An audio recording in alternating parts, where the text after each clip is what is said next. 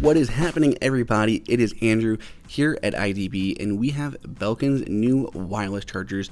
They released a whole swath of new chargers pretty much for anybody out there, starting up with their new stand. So this is part of their BoostUp series, and it comes in 4 different colors: that black, white, blue, navy, and kind of a soft pink color. And basically they just allow you to prop up your phone while it's charging. Not the first chargers to do this, but it is still really handy, especially if you have the iPhone 10.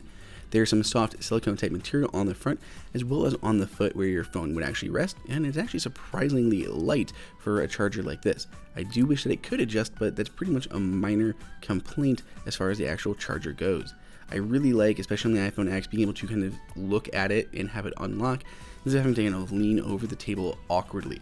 There are 2 little designator LEDs on the bottom and on the right, so depending on which way you have your phone orientated, whether it's horizontal or vertical, you'll still be able to see that status light.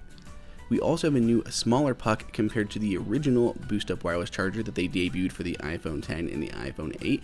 These are significantly smaller, and they support up to 10 watts of power. So the original one that they came out with the launch of the iPhone worked with that 7.5 watts for iOS devices, but it didn't do anything more.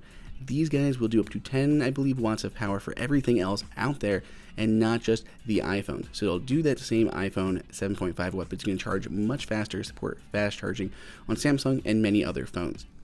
They debuted a new car charger that is completely wire-free, other than the wire that goes into the charger itself, but it just makes it easy because you just set your phone down. You don't have to fiddle with a cable or anything every time you get in. Of course, it's still limited by the fact that CarPlay pretty much has to be wired for most cars. If you have multiple people with smartphones that can charge wirelessly, the new dual charging pad works great. There are just 2 spots on there.